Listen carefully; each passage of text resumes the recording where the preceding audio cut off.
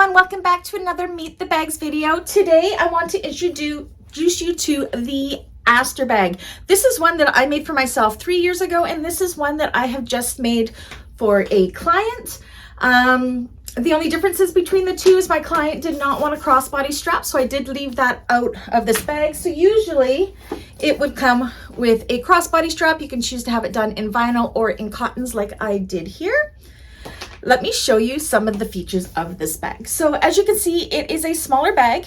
It's a nice square bag. It's got a really unique shape due to the sides that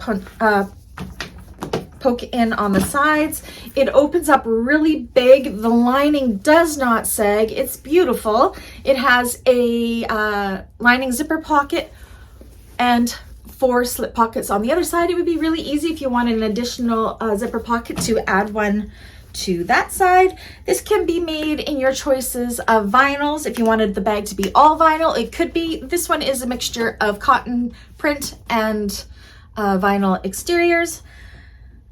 Yeah, it is just such an incredibly cute and fun bag.